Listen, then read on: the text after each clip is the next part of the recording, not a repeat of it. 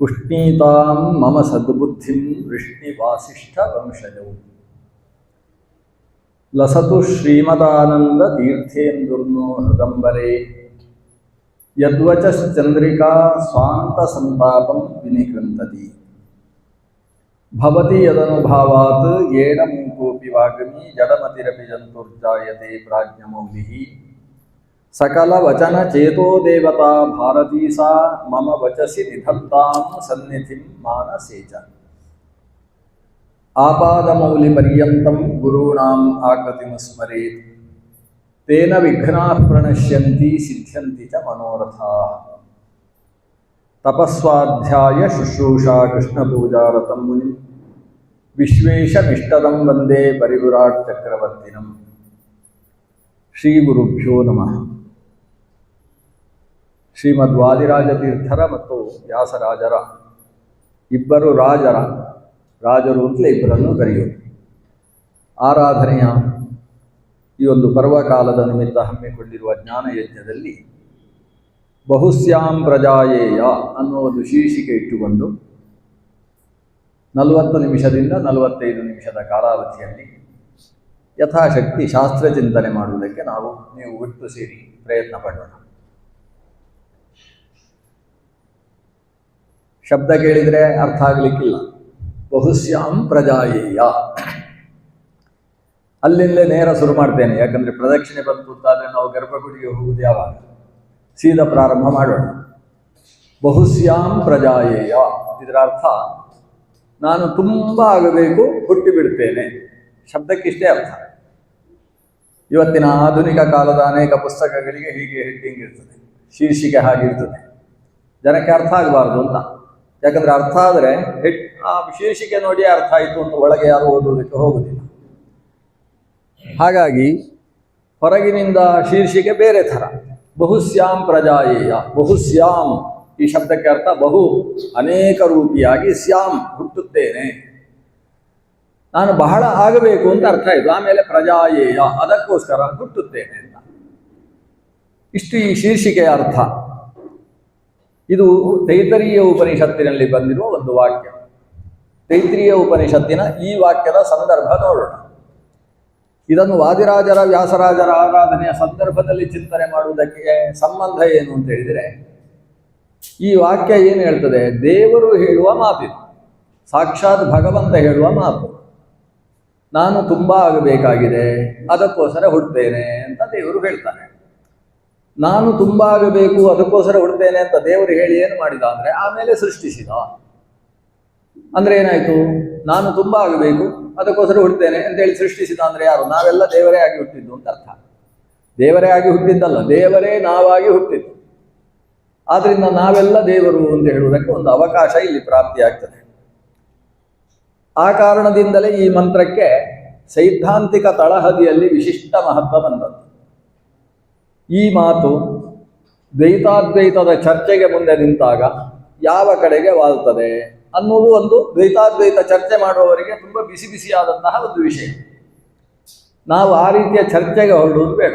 ವಾದಿರಾಜ ತೀರ್ಥರು ಮತ್ತು ವ್ಯಾಸರಾಜರು ಅವರು ಪರಸ್ಪರ ಗಲಾಟೆ ಮಾಡುವುದಕ್ಕೆ ಬಂದವರಲ್ಲ. ಸಿದ್ಧಾಂತದ ಆಂತರ್ಯದ ದಾರ್ಢ್ಯವನ್ನು ನಮ್ಮಲ್ಲಿ ತುಂಬಿಸಿ ಸರಿಯಾದ ಮಾರ್ಗವನ್ನು ತೋರಿಸುವುದಕ್ಕೋಸ್ಕರ ಬಂದವರು. ಆ ದೃಷ್ಟಿಯಿಂದ ಈ ಉಪನಿಷತ್ತಿನ ಹಿಂದೆ ಮುಂದೆ ನೋಡಿ ಇದಕ್ಕೆ ಬೇಕಾದ ಅರ್ಥ ಏನು, ಅವರಿಬ್ಬರ ದೃಷ್ಟಿಯಿಂದ, ಶ್ರೀಮನ್ ಮಧ್ವಗುರುಗಳ ದೃಷ್ಟಿಯಿಂದ ಏನು ಅರ್ಥ ಅನ್ನುವುದನ್ನು ನಾವೀಗ ಅವಲೋಕನೆ ಮಾಡುವ ಕೆಲಸದಲ್ಲಿ ತೊಡಗಿದ್ದೇವೆ. ತೈತ್ರೀಯ ಉಪನಿಷತ್ತು ಬಹುಶಃ ನಿಮಗೆ ಪರಿಚಯ ಇರಬಹುದು. ಅದು ಕೃಷ್ಣ ಯಜುರ್ವೇದಕ್ಕೆ ಸಂಬಂಧಪಟ್ಟ 10 ಉಪನಿಷತ್ತುಗಳಲ್ಲಿ ಅತ್ಯಂತ ಪ್ರಸಿದ್ಧವಾದ ಉಪನಿಷತ್ತು. ಉಳಿದ ಉಪನಿಷತ್ತುಗಳಿಗೆ ಇಷ್ಟು ಪ್ರಸಿದ್ಧಿ ಇಲ್ಲ. ಯಾರಾದರೂ ಸ್ವಾಮಿಗಳು ಬಂದರೆ ಮುಂದೆ ಅವರನ್ನು ಎದುರುಗೊಳ್ಳುವಾಗ ಶನ್ನೋಮಿತ್ರ ಶಂವರ್ಣ ಅಂತ ಶುರು ಮಾಡ್ತೇವೆ. ಇದು ತೈತ್ರೀಯೋಪನಿಷತ್ತಿನ ಶಾಂತಿ ಮಂತ್ರ, ಕೃಷ್ಣ ಯಜುರ್ವೇದದ ಶಾಂತಿ ಮಂತ್ರ. ಅಲ್ಲಿಂದ ಶುರು ಮಾಡಿಕೊಂಡು ಅದರಲ್ಲಿ 3 ವಲ್ಲಿಗಳಿದ್ದಾವೆ. ವಲ್ಲಿ ಅಂದರೆ ಒಂದು ಅಧ್ಯಾಯ ಅಂತ ಅಂದುಕೊಳ್ಳಿ. 3 ವಲ್ಲಿ. ತೈತ್ರೀಯೋಪನಿಷತ್ತು ಅನ್ನುವುದು ಒಂದು ದೊಡ್ಡ ವೃಕ್ಷವಾದರೆ ಅದನ್ನು ಸೇರಿಕೊಂಡ 3 ಬಳ್ಳಿಗಳು. ವಲ್ಲಿ ಅಂದರೆ ಬಳ್ಳಿ ಅಂತ ಅರ್ಥ. ಆರಂಭದ್ದು ಶಿಕ್ಷಾವಲ್ಲಿ, ಮಧ್ಯದಲ್ಲಿರುವಂಥದ್ದು ಬ್ರಹ್ಮಾನಂದವಲ್ಲಿ, ಕೊನೆಯಲ್ಲಿ ಭೃಗುವಲ್ಲಿ ಅಂತ ಈ 3 ವಲ್ಲಿಗಳುಂಟು.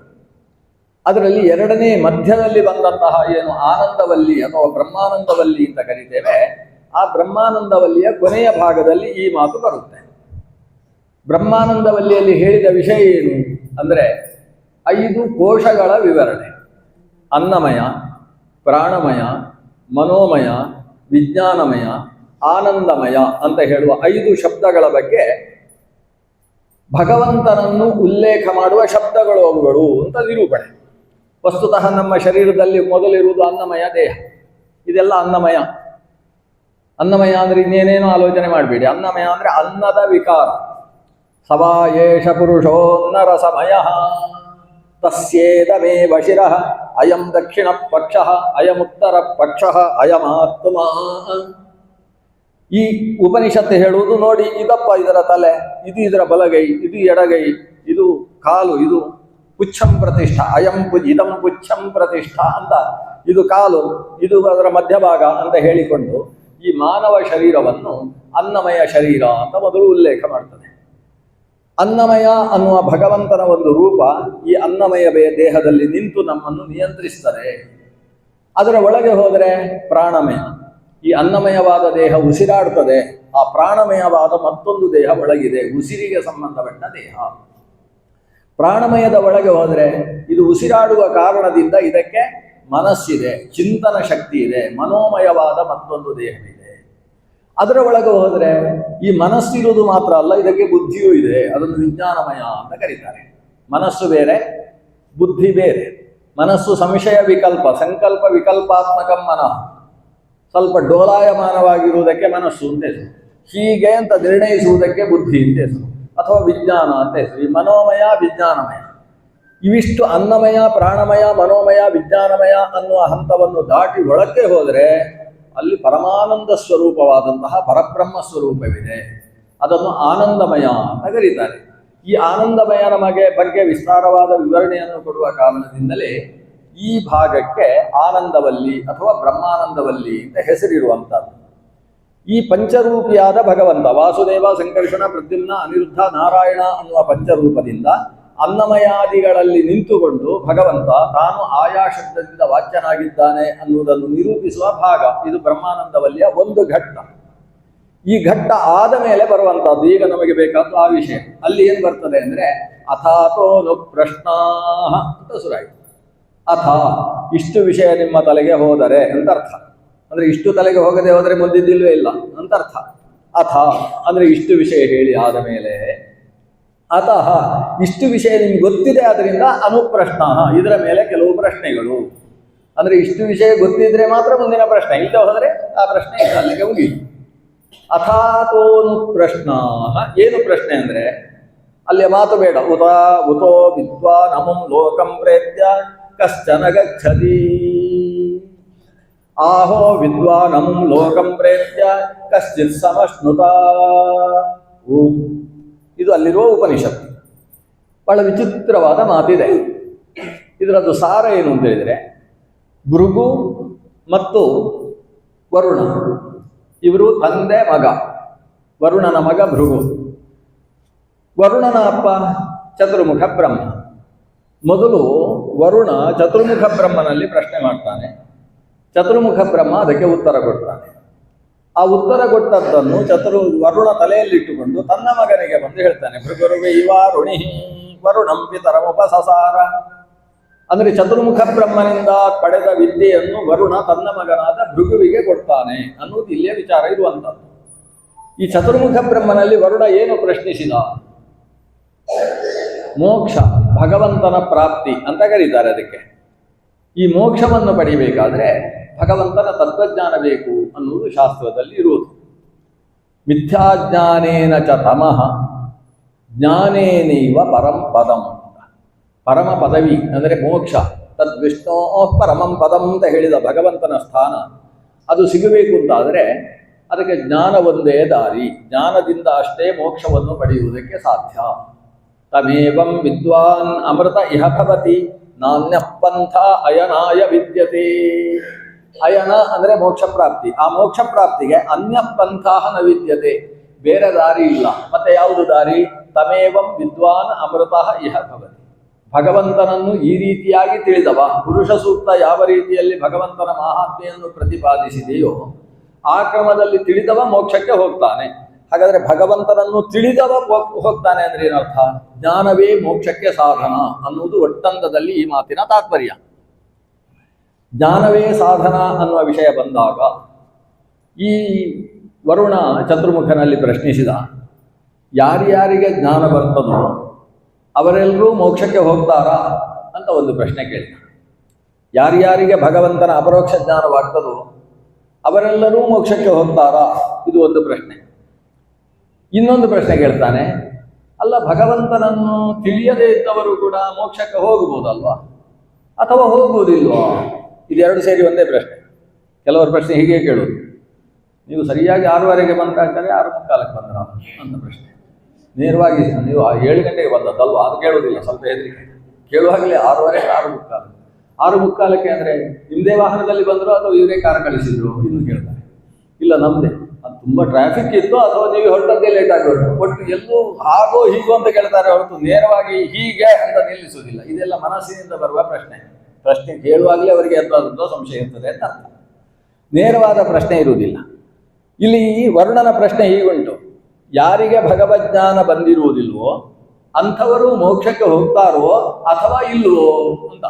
ಹೋಗ್ತಾರೋ ಅಂತ ಪ್ರಶ್ನೆ ಅಲ್ಲ, ಅಥವಾ ಇಲ್ಲವೋ ಅನ್ನೋದಕ್ಕೆ ಒಂದು ನಾನು ಹಾಗೆ ತಿಳ್ಕೊಂಡಿದ್ದೇನೆ ಅದು ಹೌದಾ ಅಲ್ವೋ ಅಂತ ಪ್ರಶ್ನೆ. ಇದು ಎರಡನೇ ಪ್ರಶ್ನೆ. ಮೂರನೇ ಪ್ರಶ್ನೆ, ಭಗವಜ್ಞಾನ ಯಾರ್ಯಾರಿಗೆ ಬಂತು ಅವರೆಲ್ಲರೂ ಮೋಕ್ಷಕ್ಕೆ ಹೋಗ್ತಾರೋ? ಇದು ಮೂರನೇ ಪ್ರಶ್ನೆ. ಭಗವಂತನ ಜ್ಞಾನ ಯಾರಿಗಿಲ್ಲ ಅಂದರೆ ಯಥಾರ್ಥ ಜ್ಞಾನ ಯಾರಿಗಿಲ್ಲ, ಅಪರೋಕ್ಷ ಜ್ಞಾನ ಯಾರಿಗಿಲ್ಲ, ಅವರು ಮೋಕ್ಷಕ್ಕೆ ಹೋಗುವುದಿಲ್ಲ ಅಲ್ವಾ ಅಂತ ನಾಲ್ಕನೇ ಪ್ರಶ್ನೆ. ಈ 4 ಪ್ರಶ್ನೆ ಕೇಳಿದ ಮೇಲೆ ಚತುರ್ಮುಖ ಬ್ರಹ್ಮ ಒಂದು ಸಲ ಹೀಗೆ ತಲೆ ಹೀಗೆ ಮಾಡ್ತಾನೆ, 4 ತಲೆ ಹೀಗೆ ಮಾಡಿಕೊಂಡು ಓ ಅಂತ ಹೇಳ್ತಾನೆ. ಮುಗೀತು, 4ಕ್ಕೂ ಉತ್ತರ ಸಿಕ್ಕಿತು. ಸಂಸ್ಕೃತದಲ್ಲಿ ಪ್ರಶ್ನೆ ಕೇಳುವವರಿಗೆ ಕಷ್ಟ, ಉತ್ತರ ಹೇಳುವವರಿಗೆ ಭಾರಿ ಸುಲಭ. ಅವ್ರು ಓಂ ಅಂತ ಹೇಳಿದ್ರು ಸಾಕಾಗ್ತದೆ, ಯಾಕಂದ್ರೆ ಓಂ ಅನ್ನೋದನ್ನು ವ್ಯಾಖ್ಯಾನ ಮಾಡಲಿಕ್ಕೆ ಆಮೇಲೆ 10-20 ದಿವಸ ಬೇಕಾಗ್ತದೆ. ಹಾಗೆ ಇಲ್ಲಿ ಒಂದು ಉತ್ತರ ಏನು ಅಂದ್ರೆ ಕಶ್ಚಿತ್ ಸಮಶ್ನುತ, ಇಷ್ಟು ಪ್ರಶ್ನೆ ಕೇಳಿದ್ರೆ ಓ ಇಷ್ಟು ಉತ್ತರ, ಹೌದಪ್ಪ ಅಂತ ಅರ್ಥ ಅದಕ್ಕೆ ಅಷ್ಟೇ. ಮಗನಿಗೆ ಕೊಟ್ಟ ಉತ್ತರ ಚತುರ್ಮುಖ ಹೌದು. ಏನು ಹೌದು? ಯಾರಿಗೆ ಭಗವಂತನ ತತ್ವಜ್ಞಾನ ಬಂದಿದೆ ಅವರೆಲ್ಲರೂ ಮೋಕ್ಷಕ್ಕೆ ಹೋಗ್ತಾರಲ್ವಾ? ಓ ಹೌದು ಉತ್ತರ. ಭಗವಂತನ ತತ್ವಜ್ಞಾನ ಯಾರಿಗೆ ಬರಲಿಲ್ವೋ ಅವರು ಮೋಕ್ಷಕ್ಕೆ ಹೋಗುವುದಿಲ್ಲವೋ ಹೋಗುತ್ತಾರೋ ಹೋಗುವುದಿಲ್ಲವೋ ಅಂತ ಕೇಳಿದಾನಲ್ವಾ? ಇವ್ರಿಗೂ ಹೋಗುವುದಿಲ್ಲವೋ ಅಂತ ಆದ್ಮೇಲೆ ಹೂ ಹೇಳಿದ್ರಿಂದ ಹೋಗುವುದೇ ಇಲ್ಲ ಅಂತ ಅರ್ಥ. ಭಗವತ್ ತತ್ವಜ್ಞಾನ ಇಲ್ಲದೆ ಇದ್ದವರು ಮೋಕ್ಷಕ್ಕೆ ಹೋಗುವುದಿಲ್ಲ. ಆದ್ರಿಂದ ಅವನು ಮೋಕ್ಷಕ್ಕೆ ಹೋಗುತ್ತಾರೋ ಅದಕ್ಕೆ ಹೂ ಹೇಳಿದ್ರೆ ಹೌದು ಅಂತ ಆಗ್ತಿತ್ತು. ಪ್ರಶ್ನೆ ಅಲ್ಲಿಗೆ ನಿಲ್ಲಿಲ್ಲ. ಹೋಗ್ತಾರೋ ಹೋಗುವುದಿಲ್ಲವೋ? ಯಾಕಂದ್ರೆ ಹೋಗುವುದಿಲ್ಲ ಅಂತ ನಾನು ಓದಿದ್ದೇನಪ್ಪ, ಅದರಿಂದ ಅದಕ್ಕೆ ಉತ್ತರ ಬೇಕು. ಹೂ ನೀನೇನ್ ತಿಳ್ಕೊಂಡಿದ್ವಿ ಅದೇ ಸರಿಯಪ್ಪ ಅಂತ ಹೂ ಅಂತ ಚತುರ್ಮುಖ ಬ್ರಹ್ಮ ಉತ್ತರ ಕೊಟ್ಟ. ಭಗವಂತನ ತತ್ವಜ್ಞಾನ ಯಾರ್ಯಾರಿಗಿದೆಯೋ ಅವರೆಲ್ಲರೂ ಮೋಕ್ಷಕ್ಕೆ ಹೋಗ್ತಾರೋ ಅಥವಾ ಕೆಲವರೇ ಹೋಗುದು ಅಂತ? ಅವರೆಲ್ಲರೂ ಮೋಕ್ಷಕ್ಕೆ ಹೋಗ್ತಾರೋ? ಆಹೋ ವಿದ್ವಾನ್ ಮುಂ ಲೋಕಂ ಪ್ರೇತ್ಯ ಕಶ್ಚಿತ್ ಸಮಶ್ನುತ ಅಂತ ಪ್ರಶ್ನೆ ಕೇಳಿದೆ. ಹೌದಪ್ಪ, ಭಗವಂತನ ತತ್ವಜ್ಞಾನ ಯಾರ್ಯಾರಿಗುಂಟು ಅವರು ಮೋಕ್ಷಕ್ಕೆ ಹೋಗೇ ಹೋಗ್ತಾರೆ. ಒಂದು ಸ್ವಲ್ಪ ವಿಳಂಬ ಆಗ್ಬೋದು ಅಷ್ಟೇ, ಅಂತೂ ಹೋಗದೇ ಇರುವುದು ಅನ್ನೋದು ಇಲ್ಲ. ಹೀಗೆ 4 ಪ್ರಶ್ನೆಗಳಿಗೆ ಅನ್ನುವ ಒಂದು ಉತ್ತರವನ್ನು ಕೊಟ್ಟ. ಇಷ್ಟು ಕೊಟ್ಟಾದ ಕೂಡಲೇ ಇದ್ದಕ್ಕಿದ್ದಾಗ ಉಪನಿಷತ್ತು ಮಾರ್ಗ ಬೇರೆ ಮಾಡಿತು. ಅದೇನು ಶುರು ಮಾಡಿತು ಮುಂದಕ್ಕೆ ಅಂದರೆ ಅಲ್ಲಿ ಬಂದದ್ದು ಈ ಮಾತು, ಭಗವಂತ ಸೃಷ್ಟಿಸಿದ ಅನ್ನೋ ವಿಷಯ ಬಂತು. ಭಗವಂತ ತಾನು ಸೃಷ್ಟಿಸಿದ, ಅವನು ಆಲೋಚನೆ ಮಾಡಿದ ಅಂತೆ. ಏನು? ಸಹ ಐಕ್ಷತ, ಭಗವಂತ ಆಲೋಚಿಸಿದ. ಏನು ಅಂತ ಹೇಳಿದ್ರೆ ಬಹುಶ್ಯಾಂ ಪ್ರಜಾಯೇತಿ, ಬಹುಶ್ಯಾಂ ಪ್ರಜಾಯೇಯ, ನಾನು ಬಹುಶ್ಯಾಂ ಅನೇಕವಾಗಬೇಕು, ಪ್ರಜಾಯೇಯ ಸೃಷ್ಟಿಸಬೇಕು ಅಂತ ಆಲೋಚಿಸಿದ. ಆಲೋಚಿಸಿ ಏನು ಮಾಡಿದ ಅಂದ್ರೆ ಸತಪೋ ತಪ್ಯತ, ಅವನು ಆಲೋಚನೆ ಮಾಡಿದ. ಅವನು ತಪಸ್ಸು ಮಾಡಿದ ಅಂತಲ್ಲ, ತಪಃ ಅತಪ್ಯತ. ತಪಃ ಅನ್ನುವುದಕ್ಕೆ ಸಂಸ್ಕೃತದಲ್ಲಿ ಆಲೋಚನೆ ಅಂತ ಅರ್ಥ. ತಪ ಆಲೋಚನೆ ಅಂತ ಧಾತು. ಭಗವಂತ ಚಿಂತಿಸಿದ, ಬಹುಶ್ಯಾಂ ಪ್ರಜಾಯೇಯ ಅಂತ ಆಲೋಚಿಸಿದ. ಸತಪೋ ತಪ್ಯತ ಸತಪಸ್ತಪ್ತ್ವಾ ಇದಗಂ ಸರ್ವಂ ಅಸೃಜತ. ಭಗವಂತ ಆಲೋಚಿಸಿ ಇದಂ ಸರ್ವಂ ಅಸೃಜತ, ಇವೆಲ್ಲವನ್ನೂ ಸೃಷ್ಟಿಸಿದ. ಎಷ್ಟನ್ನು? ಯದಿದಂ ಕಿಂಚ, ಯಾವುದನ್ನೂ ಬಿಡದೆ ಈ ಪ್ರಪಂಚದಲ್ಲಿ ಏನೇನುಂಟು ಅವೆಲ್ಲವನ್ನೂ ಸೃಷ್ಟಿಸಿದ. ಏನೇನದು? ಅದು ಸತ್ಯಂಚ ನೃತಂಚ ಸತ್ಯಮಭವತ್ ನಿರುಕ್ತಂಚ ನಿರುಕ್ತಂಚ ನಿಲಯನಂಚ ನಿಲಯನಂಚ ಹೀಗೆ ಉಪನಿಷತ್ತು ಬರುತ್ತೆ. ಇವೆಲ್ಲವನ್ನು ಕೂಡ ಭಗವಂತ ಸೃಷ್ಟಿಸಿದ. ನೀವು ಯಾವುದನ್ನು ಬಾಯ್ಬಿಟ್ಟು ಇದು ಇಂಥದ್ದು ಅಂತ ಹೇಳಬಲ್ಲಿರೋ ನಿರುಕ್ತಂಚ, ಯಾವುದನ್ನು ನೀವು ಬಾಯ್ಬಿಟ್ಟು ಬಿಡಿಸಿ ಬಿಡಿಸಿ ವಿವರಿಸಿಯೂ ಹೇಳುವುದಕ್ಕೆ ಸಾಧ್ಯವಿಲ್ಲವೋ ಅನಿರುಕ್ತಂಚ, ಅಂಥದ್ದೆಲ್ಲವನ್ನು ಕೂಡ ಭಗವಂತ ಸೃಷ್ಟಿಸಿದ. ಈಗ ಪ್ರಶ್ನೆ, ಈಗ ನಾವು ನೇರ ವಿಷಯಕ್ಕೆ ಪ್ರವೇಶ ಮಾಡ್ತಾ ಇದ್ದೇವೆ. ಇಷ್ಟು ನಾವು ಸುತ್ತಮುತ್ತ ಏನಿದೆ ಇದಕ್ಕೆ ಅನ್ನುವುದನ್ನು ಹೇಳಿದ್ದು. ಇದರ ಮಧ್ಯದಲ್ಲಿ ಬಹುಶ್ಯಾಂ ಪ್ರಜಾಯೇಯ, ನಾನು ಬಹಳವಾಗಿ ನಾನು ಹುಟ್ಟಬೇಕು ಅಂತ ದೇವರು ಆಲೋಚಿಸಿದ ವಿಷಯ. ಇದರಿಂದಾಗಿ ಮುಂದೆ ಸೃಷ್ಟಿಯಾಯಿತು ಅಂದರೆ ನಾವೆಲ್ಲ ಹುಟ್ಟಿ ಬಂದ್ವಿ ಅಂತ ಅರ್ಥ. ನಿಜವಾಗಿ ಭಗವಂತ ನಮ್ಮನ್ನೆಲ್ಲ ಸೃಷ್ಟಿಸಿದ್ದಲ್ಲ, ನಮ್ಗೆ ಗೊತ್ತು. ನಾವು ಯಾರು ಕೂಡ ಭಗವಂತನನ್ನು ನೀನೇ ನಮ್ಮ ತಂದೆ ಅಂತ ಸುಳ್ಳು ಹೇಳು. ನಮಗೆ ತಂದೆ ಇವರು ಶ್ರೀನಿವಾಸರಾಯರು ನಮ್ಮ ತಂದೆ, ನಮ್ಮ ತಂದೆಯ ಹೆಸರು ಹೇಳಿ ಹೇಳು. ನಮ್ಮ ತಾಯಿ ಇವರು ಜಲಜಾಕ್ಷಿಯವರು ನಮ್ಮ ತಾಯಿ ಅಂತ ತಂದೆ ತಾಯಿಯನ್ನು ನಾವು ಹೆಸರಿಸಿ ಹೇಳುವುದು. ನೀನೇ ತ್ವಮೇವ ಪಾತಾಚ ಪಿತಾ ತ್ವಮೇವ ಅಂತ ಹಿರಿಯರೇನೋ ಮಾಡಿಟ್ಟಿದ್ದಾರೆ, ನಾವು ಹೇಳುವುದು, ಗುರು ಹೊಡೆದು ಹೇಳುವುದೇ ಹೊರತು ದೇವರೇ ತಂದೆ ತಾಯಿ ಅಂತ ನಮಗೆ ಅರ್ಥ ಗೊತ್ತಿದ್ದು ನಾವು ಹೇಳುವುದಲ್ಲಲ್ವಾ? ಯಾರಾದ್ರೂ ಹಾಗೆ ಹೇಳ್ತಾರೆ. ಹಾಗಾದ್ರೆ ಮುಂದೆ ನಿಂತ ತಂದೆ ಏನು, ನಾನು ನಿನ್ನ ತಂದೆ ಅಲ್ವೇನೋ, ಅವನ ನಿನ್ನ ತಂದೆ ಅಂತ ಕೇಳಿದ್ರೆ ಏನು ಉತ್ತರ ಕೊಡ್ಬೇಕು ನಾವು? ಆದ್ರೆ ತಂದೆ ಅನ್ನೋ ಮಾತಾಚ ಪಿತಾಚ ಅನ್ನುವುದು ನಮ್ಮ ತಂದೆ ತಾಯಿಯರನ್ನೇ ನಾವು ಹೇಳುವುದು. ಭಗವಂತನೇ ತಂದೆ ತಾಯಿ ಅನ್ನುವಷ್ಟು ಎತ್ತರದ ವ್ಯಕ್ತಿಗಳು ನಾವಲ್ಲ. ಮತ್ತೇನು ದೇವರನ್ನು ತಂದೆ ತಾಯಿ ಅಂತ ಯಾಕೆ ಹೇಳ್ತೇವೆ ಅಂದ್ರೆ ತಂದೆ ತಾಯಿಯ ಹಾಗೆ ನಮ್ಮನ್ನು ಪೋಷಿಸುವ ತಂದೆ ತಾಯಿಯರು ಯಾವ ರೀತಿಯಾಗಿ ತಮಗೆ ಯಾವುದೇ ರೀತಿಯ ಸ್ವಾರ್ಥದ ಲಾಲಸೆ ಇಲ್ಲದೆ ಮಗು ಅನ್ನುವ ಕಾರಣದ ಪ್ರೀತಿಯಿಂದಲೇ ಪೋಷಿಸಿದ್ದಾರೋ ಆ ನಿರ್ವ್ಯಾಜವಾದ ಪ್ರೀತಿಯಿಂದ ನಮ್ಮನ್ನು ಪೋಷಿಸತಕ್ಕಂಥವ ಭಗವಂತ ಅನ್ನುವ ಅರ್ಥದಲ್ಲಿ ತಂದೆ ತಾಯಿ ಅಂತ ಹೇಳುವುದೇ ಹೊರತು ನನ್ನನ್ನು ಹೆತ್ತವ ಅನ್ನುವ ಅರ್ಥದಲ್ಲಿ ಹೇಳುವಂಥದ್ದಲ್ಲ. ಹಾಗಾದರೆ ಭಗವಂತ ಸೃಷ್ಟಿಸಿದ ಅಂದರೆ ನಮ್ಮೆಲ್ಲರ ಹಿರಿಯರಿಗೂ ಹಿರಿಯನಾದ ಪಿತಾಮಹ ಅಂತ ಅನಿಸಿದ ಚತುರ್ಮುಖನನ್ನು ಸೃಷ್ಟಿಸಿದ. ಚತುರ್ಮುಖನನ್ನು ಸೃಷ್ಟಿಸಿ ಅವನ ಒಳಗೆ ತಾನು ಪ್ರವೇಶ ಮಾಡಿದ. ಪ್ರವೇಶ ಮಾಡಿ ಅವನ ಮೂಲಕವಾಗಿ ಬಹಳಷ್ಟು ಮರೀಚಿ, ಅತ್ರಿ, ಅಂಗಿರಸ, ಪುಲಸ್ತ್ಯ, ಪುಲಹ, ಕ್ರತು, ಭೃಗು, ವಸಿಷ್ಠ, ಪ್ರಧಾನವಾಗಿ ನಾರದ, ಇವರನ್ನೆಲ್ಲ ದಕ್ಷ, ಇವರನ್ನೆಲ್ಲ ಸೃಷ್ಟಿಸಿದ. ಅವರಲ್ಲಿ ಮತ್ತೆ ತಾನು ಪ್ರವೇಶ ಮಾಡಿ ಅವರಿಂದ ಮತ್ತೆ ಪ್ರಪಂಚವನ್ನೆಲ್ಲ ಆವಿರ್ಭಾವಗೊಳಿಸಿದ. ಹಾಗಾದರೆ ಭಗವಂತ ಸೃಷ್ಟಿಸಿದ ಅಂದರೆ ಪಾರಂಪರಿಕವಾಗಿ ಕೊನೆಗೆ ಇವೆಲ್ಲವೂ ಸೃಷ್ಟಿಯಾಯಿತು ಅಂತ ಅರ್ಥ. ಹೀಗಾಗಿ ಅದನ್ನೇ ಉಪನಿಷತ್ತು ಮುಂದೆ ಹೇಳಿತು. ತದೇಕ್ಷತ, ಭಗವಂತ ಹೀಗೆ ಆಲೋಚಿಸಿದ. ಆಲೋಚಿಸಿ ತಾನು ಎಲ್ಲವನ್ನೂ ಆಗಬೇಕು ಅಂತ ಆಲೋಚಿಸಿ ಸೃಷ್ಟಿಸಿದ. ಸರ್ವಮಸೃಜತ ಯದಿದಂ ಕಿಂಚ, ಯಾವುದನ್ನು ಬಿಡದೆ ಎಲ್ಲವನ್ನೂ ಸೃಷ್ಟಿಸಿದ. ಈಗ ಭಗವಂತನೇ ಎಲ್ಲವೂ ಆದದ್ದೋ ಅಥವಾ ಎಲ್ಲದರ ಒಳಗೆ ಅವ ಪ್ರವೇಶಿಸಿದ್ದೋ ಅನ್ನೋದು ಈಗ ಪ್ರಶ್ನೆ. ಬಹುಶ್ಯಾಂ ಪ್ರಜಾಯೇಯ ಅನ್ನುವುದಕ್ಕೆ ನಮ್ಮ ದೇಶದಲ್ಲಿ ಹೆಚ್ಚಿನ ಸಿದ್ಧಾಂತಿಗಳು ಇದನ್ನು ದೇವರೇ ಎಲ್ಲವೂ ಆದದ್ದು ಅಂತ ವ್ಯಾಖ್ಯಾನಿಸಿದ್ದಾರೆ. ಶ್ರೀಮನ್ ಮಧ್ವಾಚಾರ್ಯರಾಗಲಿ ಶ್ರೀಮದ್ ರಾಮಾನುಜರಾಗಲಿ ಇದನ್ನು ಹಾಗೆ ವ್ಯಾಖ್ಯಾನಿಸಲಿಲ್ಲ. ದೇವರೇ ಎಲ್ಲವೂ ಆದದ್ದು ಅಂತ ವ್ಯಾಖ್ಯಾನಿಸಲಿಲ್ಲ. ದೇವರು ಎಲ್ಲವನ್ನೂ ಸೃಷ್ಟಿಸಿ ಎಲ್ಲದರ ಒಳಗೆ ತಾನು ಪ್ರವೇಶಿಸಿದ. ತತ್ ಸೃಷ್ಟ ತದೇವಾನು ಪ್ರಾವಿಶತ್. ಉಪನಿಷತ್ತು ಮುಂದೆ ಅದನ್ನು ಸ್ಪಷ್ಟವಾಗಿ ಹೇಳಿದೆ. ಇವೆಲ್ಲವನ್ನು ಸೃಷ್ಟಿಸಿದ ಮೇಲೆ ತದೇವ, ಅದನ್ನೇ ಅನುಪ್ರಾವಿಶತ್, ತಾನು ಅದರ ಒಳಗೆ ಪ್ರವೇಶ ಮಾಡಿದ ಅಂತ ಹೇಳ್ತದೆ. ಈಗ ಪ್ರಶ್ನೆ, ಎರಡು ಪ್ರಶ್ನೆ ನಮಗೆ ಈಗ ಉತ್ತರಿಸಬೇಕಾದ ಪ್ರಶ್ನೆ ಎರಡೇ ಇರುವುದು. ಒಂದು, ದೇವರೇ ಎಲ್ಲವೂ ಆದದ್ದು ಅಂತ ಹೇಳಿದ್ರೆ ಎಷ್ಟು ಚಂದ ಅಲ್ವಾ, ಖುಷಿ. ಈಗ ನಮಗೆ ದೇವರೇ ನಾನಾದದ್ದು, ಇದರ ಅರ್ಥ ನಾನೇ ದೇವರು.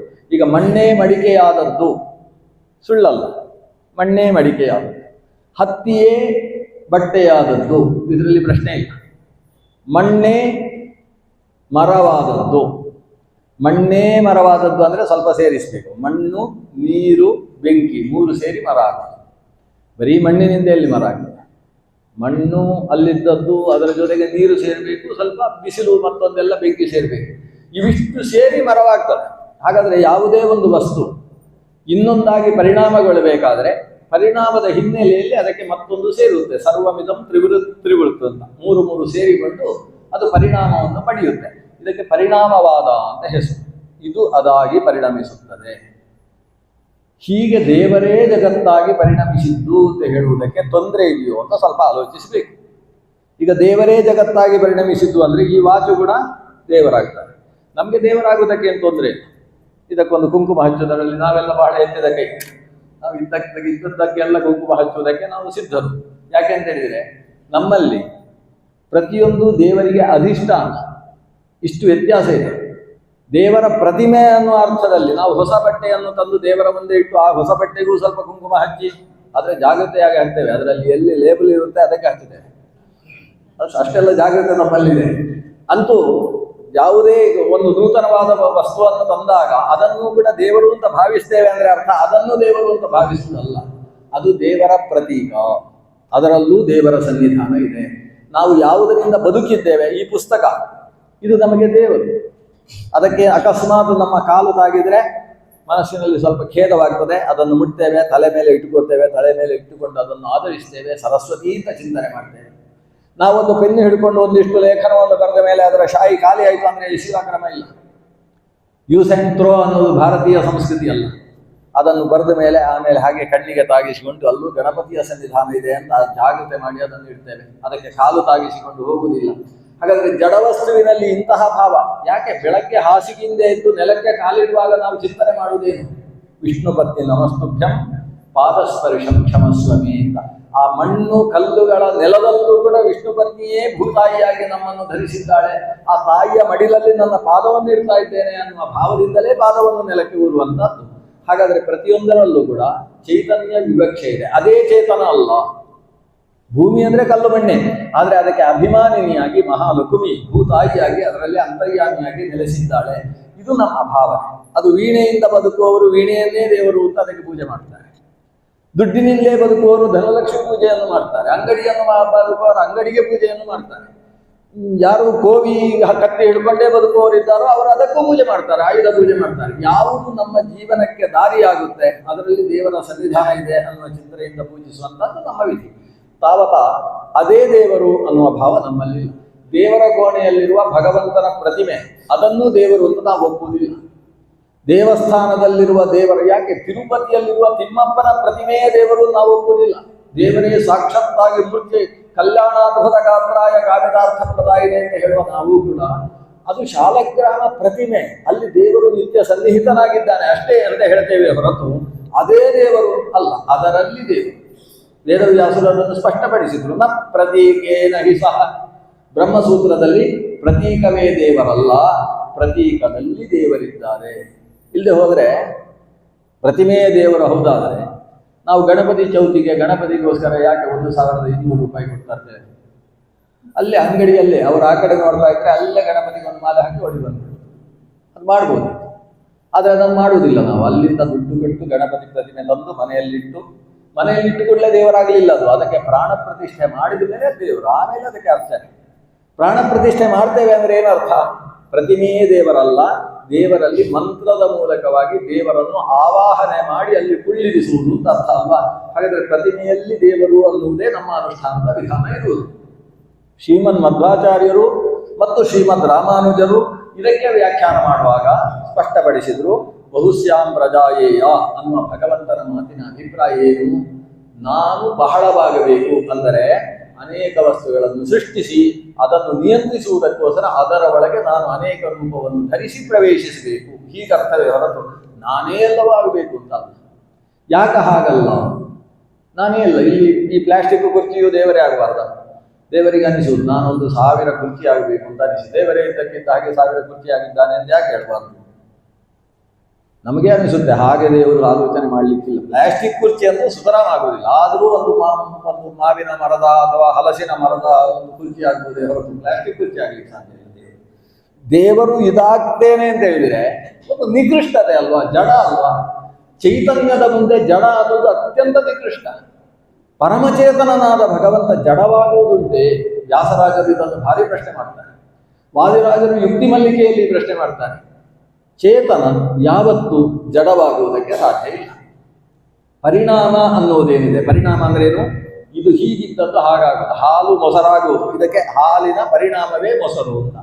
ಅಥವಾ ಈಗ ಉಂಗುರವಾಗಿದ್ದ ಬಂಗಾರ ನಾಳೆ ಕಿವಿಯಲ್ಲಿ ಬೆಂಡೋಲೆ ಆಗುತ್ತೆ, ಅದು ಅದರ ಪರಿಣಾಮ. ಬಂಗಾರದ ಪರಿಣಾಮವೇ ಆಭರಣ. ಪರಿಣಾಮ ಅಂದ್ರೆ ಇನ್ನು ಒಂದು ವಸ್ತು ಮತ್ತೊಂದಾಗಿ ಕಾಣಿಸುವುದು. ಆ ಪರಿಣಾಮ 2 ರೀತಿಯಾಗಿದೆ. ಒಂದು, ಇವತ್ತು ಅದು ಅದಾಗಿ ಪರಿಣಮಿಸಿದರೆ ನಾಳೆ ಅದನ್ನು ಪುನಃ ಇದಾಗಿಸುವುದು, ಇದು ಒಂದು ಥರದ ಪರಿಣಾಮ. ಉದಾಹರಣೆಗೆ ಇವತ್ತು ಉಂಗುರವನ್ನು ನಾನು ಕಿವಿಯ ಆಭರಣವನ್ನಾಗಿ ಪರಿಣಾಮ ಮಾಡಿದರೆ ನಾಳೆ ದಿವಸ ಕಿವಿಗೆ ಚೆನ್ನಾಗಿ ಕಾಣಿಸ್ತಿಲ್ಲ ಅಂತ ಹೇಳಿ ಮತ್ತೆ ಉಂಗುರವಾಗಿ ಅದನ್ನು ಪರಿಣಾಮ ಮಾಡುವುದು. ಒಂದು ಮತ್ತೊಂದಾಗಿ ಪರಿಣತವಾದರೆ ಅದನ್ನು ಮತ್ತೆ ಹಿಂದಕ್ಕೆ ಪರಿಣಾಮ ಮಾಡಲಿಕ್ಕೆ ಬರುವಂತಹದ್ದು ಅನ್ನುವುದು ಒಂದು ರೀತಿಯ ಪರಿಣಾಮ. ಇನ್ನೊಂದು ಪರಿಣಾಮ ಉಂಟು. ಹಾಲು ಮೊಸರಾಯಿತು, ನಾಳೆ ಮೊಸರನ್ನು ಹಾಲು ಮಾಡಲಿಕ್ಕೆ ನಮ್ಮಿಂದ ಆಗುದಿಲ್ಲ. ಯಾಕಂದ್ರೆ ಹಾಲು ಹಾಳಾಗಿ ಮೊಸರಾದದ್ದಲ್ಲ, ಅದನ್ನು ಪುನಃ ಹಾಲಾಗಿಸುವುದು ಹೇಗೆ ಸಾಧ್ಯ? ಅದಾಗುವುದಿಲ್ಲ.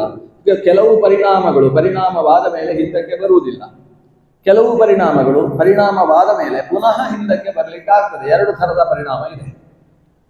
ಚೇತನದಲ್ಲಿ ಈ ಎರಡೂ ಥರದ ಪರಿಣಾಮವೂ ಇಲ್ಲ. ಇದು ಜಡದಲ್ಲಿ ಆಗುವ ಪರಿಣಾಮವೇ ಹೊರತು ಚೇತನದಲ್ಲಿ ಅಲ್ಲ. ಚೇತನವು ಮತ್ತೊಂದಾಗಿ ಪರಿಣಾಮವಾಗುವುದು ಅನ್ನುವುದು ಎಂದೆಂದಿಗೂ ಇಲ್ಲ. ಮತ್ತೆ ಶಾಶ್ವತವಾಗಿ ಚೇತನಗಳಲ್ಲಿ ವ್ಯಕ್ತಿತ್ವ ಇದೆ. ಇದು ಜೀವಚೇತನ, ಇದು ದೇವಚೇತನ. ಚೇತನದಲ್ಲಿ ಸ್ವಭಾವ ಸಹಜವಾದ ಭೇದ ಇದೆ. ಆ ಚೇತನಕ್ಕೆ ಪ್ರಕೃತಿಯ ಪರಿಣಾಮವಾದಂತಹ ಶರೀರಗಳು ಸೇರಿಕೊಳ್ತಾರೆ. ಚೇತನಕ್ಕೆ ಶರೀರ ಸಂಬಂಧದಿಂದಾಗಿ ಚೇತನ ಹುಟ್ಟಿತು ಅಂತ ಆಗ್ತದೆ. ಜಡ ಹುಟ್ಟುವುದು ಅಂದ್ರೆ ಏನು? ಪ್ರಕೃತಿ ಒಂದು ರೀತಿಯ ಪರಿಣಾಮವನ್ನು ಹೊಂದಿದೆ. ಮೂಲ ಪ್ರಕೃತಿಯು ಪರಿಣಾಮವಾದಾಗ ಅದಕ್ಕೆ ಮಹತ್ತತ್ವ ಅಂತ ಹೆಸರಾಗ್ತದೆ. ಮಹತ್ತತ್ವವು ಪರಿಣಾಮವಾದಾಗ ಅದಕ್ಕೆ ಅಹಂತತ್ವ ಅಥವಾ ಅಹಂಕಾರ ಅಂತ ಹೆಸರಾಗ್ತದೆ. ಅಹಂತತ್ವವು ಪರಿಣಾಮವಾದಾಗ ಭೂತತತ್ವ ಅಂತ ಅದನ್ನು ಕರೀತಾರೆ. ಪಂಚಭೂತಗಳು ಅಂತ ನಾವು ಕರೀತೇವೆ. ಈ ಪಂಚಭೂತಗಳು ಮೂಲಭೂತವಾದದ್ದೇನಿದ್ದಾರೆ ಅವುಗಳು ಪರಿಣಾಮವಾಗಿ ಜಡತತ್ವಗಳು ಎಲ್ಲ ಕಾಣಿಸಿಕೊಂಡಿದ್ದಾವೆ. ಒಂದು ಮನೆ ಇದೆ, ಇಲ್ಲೊಂದು ಮೌತ್ ಪೀಸ್ ಇದೆ, ಅಲ್ಲೊಂದು ದೀಪ ಇದೆ, ಇಲ್ಲೊಂದು ಗಂಟಾಮಣಿ ಇದೆ. ಇವೆಲ್ಲವೂ ಕೂಡ ಏನು? ಈ ಪಂಚಭೂತಗಳಿಂದ ಉಂಟಾಗಿರ್ತಕ್ಕಂತಹ ಪರಿಣಾಮಗಳು. ನಮ್ಮ ಶರೀರವೂ ಕೂಡ ಹಾಗೆ.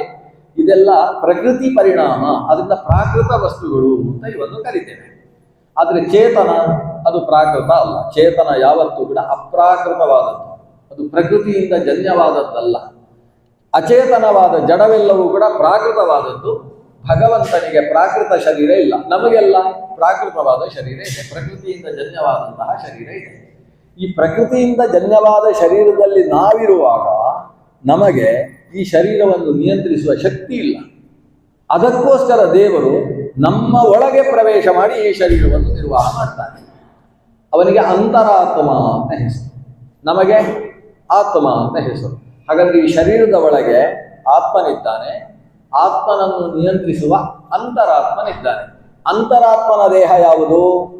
ಜೀವನೇ ಅಂತರಾತ್ಮನಿಗೆ ದೇಹ. ಯಸ್ಯ ಆತ್ಮ ಶರೀರಂ ಯ ಆತ್ಮಾನಮಂತರೋ ಯಮಯತಿ. ಆ ಜೀವಾತ್ಮನೇ ಪರಮಾತ್ಮನಿಗೆ ಶರೀರ. ಯಾಕಂದ್ರೆ ಜೀವಾತ್ಮನ ಒಳಗೆ ಪರಮಾತ್ಮ ಕೂತಿದ್ದಾನೆ. ಜೀವಾತ್ಮನಿಗೆ ಈ ಜಡಾತ್ಮಕವಾದದ್ದು ಇದು ಶರೀರ. ಹೀಗೆ ಈ ಶರೀರದ ಒಳಗೆ ಜೀವಾತ್ಮ, ಜೀವಾತ್ಮನ ಒಳಗೆ ಪರಮಾತ್ಮ.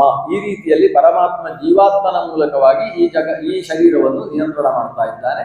ಈ ಶರೀರದ ಮೂಲಕವಾಗಿ ಪ್ರಪಂಚದ ನಿಯಂತ್ರಣವನ್ನು ಕೂಡ ದೇವರು ಮಾಡಿಸ್ತಾ ಇದ್ದಾನೆ ಅನ್ನುವುದು ವೇದಾಂತದ ಸೂಕ್ಷ್ಮ ತತ್ವ.